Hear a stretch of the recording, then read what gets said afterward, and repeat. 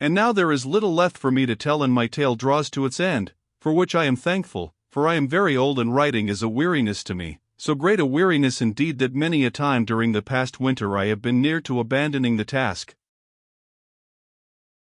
For a while Lily and I sat almost silent in this same room where I write today, for our great joy and many another emotion that was mixed with it, clogged our tongues. Then, as though moved by one impulse, we knelt down and offered our humble thanks to heaven that had preserved us both to this strange meeting. Scarcely had we risen from our knees when there was a stir without the house, and presently a buxom dame entered, followed by a gallant gentleman, a lad, and a maiden. These were my sister Mary, her husband Wilfred Bozzard, Lily's brother, and their 2 surviving children, Roger and Joan. When she guessed that it was I come home again and no other, Lily had sent them tidings by the servant man John, that one was with her whom she believed they would be glad to see, and they had hurried hither, not knowing whom they should find. Nor were they much the wiser at first, for I was much changed and the light in the room shone dim, but stood perplexed, wondering who this stranger might be. "Mary," I said at length, "Mary, do you not remember me, my sister?" Then she cried aloud, and throwing herself into my arms, she wept there a while, as would any of us were our beloved dead suddenly to appear before our eyes, alive and well, and her husband clasped me by the hand and swore heartily in his amazement, as is the fashion of some men when they are moved. But the children stood staring blankly till I called the girl to me, who now was much what her mother had been when we parted, and kissing her, told her that I was that uncle of whom perhaps she had heard as dead many years ago. Then my horse, that all this while had been forgotten, having been caught and stabled, we went to supper, and it was a strange meal to me, and after meat I asked for tidings. Now I learned that the fortune which my old master Fonseca had left to me came home in safety, and that it had prospered exceedingly under Lily's care, for she had spent but very little of it for her maintenance, looking on it always as a trust rather than as her own.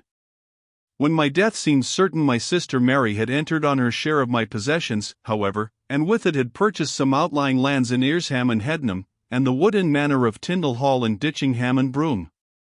These lands I made haste to say she might keep as a gift from me, since it seemed that I had greater riches than I could need without them, and this saying of mine pleased her husband Wilfred Bozzard not a little, seeing that it is hard for a man to give up what he has held for many years.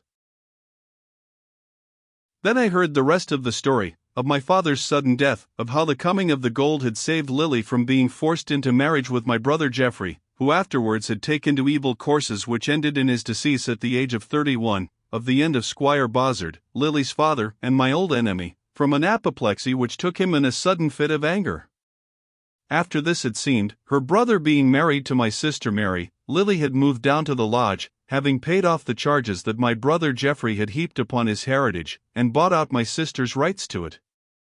And here at the lodge she had lived ever since, a sad and lonely woman, and yet not altogether an unhappy one, for she gave much of her time to good works.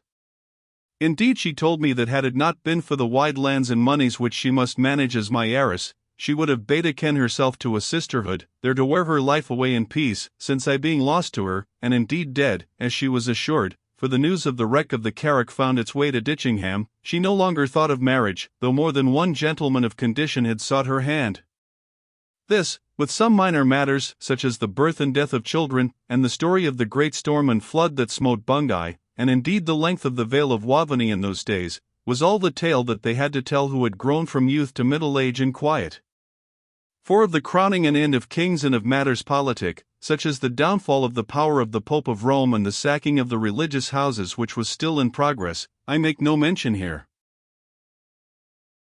But now they called for mine, and I began it at the beginning, and it was strange to see their faces as they listened.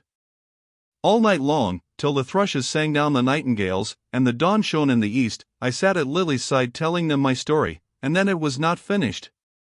So we slept in the chambers that had been made ready for us, and on the morrow I took it up again, showing them the sword that had belonged to Bernal Diaz, the great necklace of emeralds which Guatemoc had given to me, and certain scars and wounds in witness of its truth.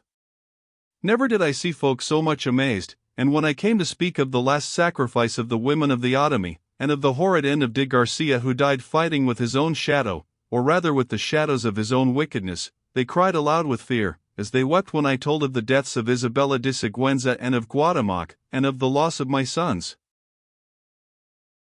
But I did not tell all the story to this company, for some of it was for Lily's ear alone, and to her I spoke of my dealings with Otomy as a man might speak with a man, for I felt that if I kept anything back now there would never be complete faith between us.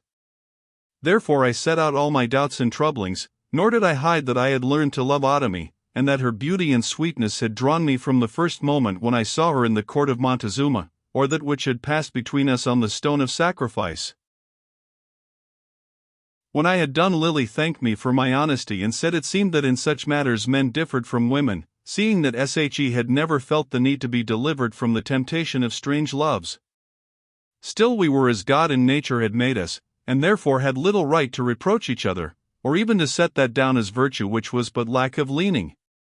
Moreover, this Otomy, her sin of heathenism notwithstanding, had been a great-hearted woman and one who might well dazzle the wandering eyes of man, daring more for her love's sake than ever she, Lily, could have dared, and to end with, it was clear that at last I must choose between wedding her and a speedy death, and having sworn so great an oath to her I should have been perjured indeed if I had left her when my dangers were gone by. Therefore she, Lily, was minded to let all this matter rest, nor should she be jealous if I still thought of this dead wife of mine with tenderness. Thus she spoke most sweetly, looking at me the while with her clear and earnest eyes, that I ever fancied must be such as adorn the shining faces of angels. Ay, and those same eyes of hers were filled with tears when I told her my bitter grief over the death of my firstborn and of my other bereavements.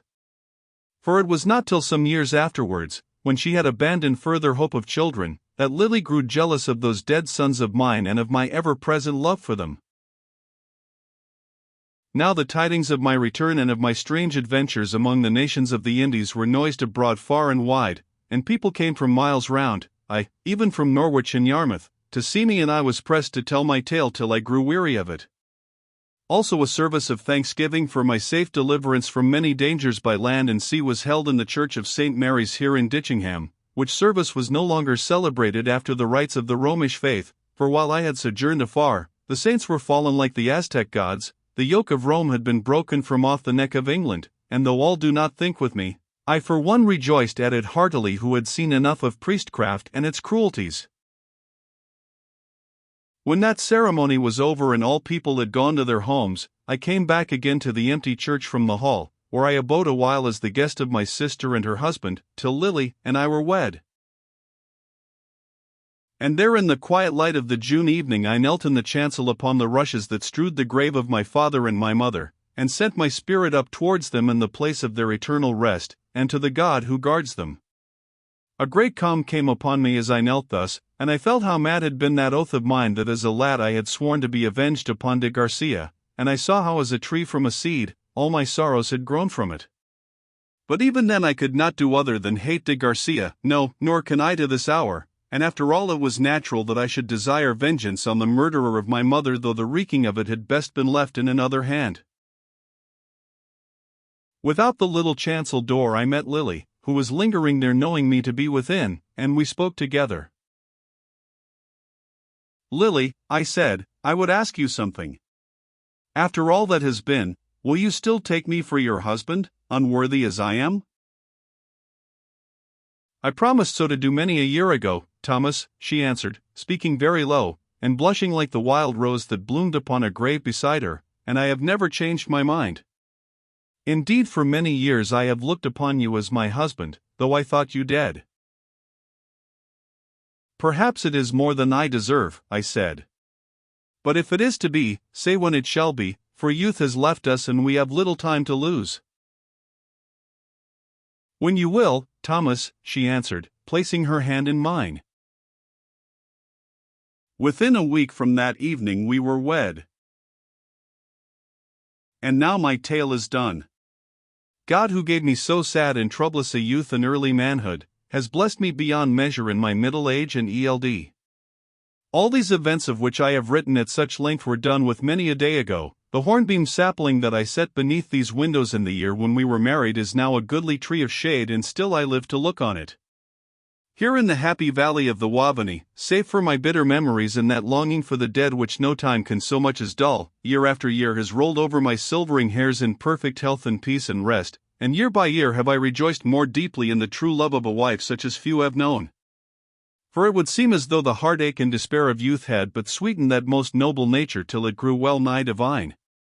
But one sorrow came to us, the death of our infant child, for it was fated that I should die childless, and in that sorrow, as I have told, Lily shewed that she was still a woman. For the rest no shadow lay between us.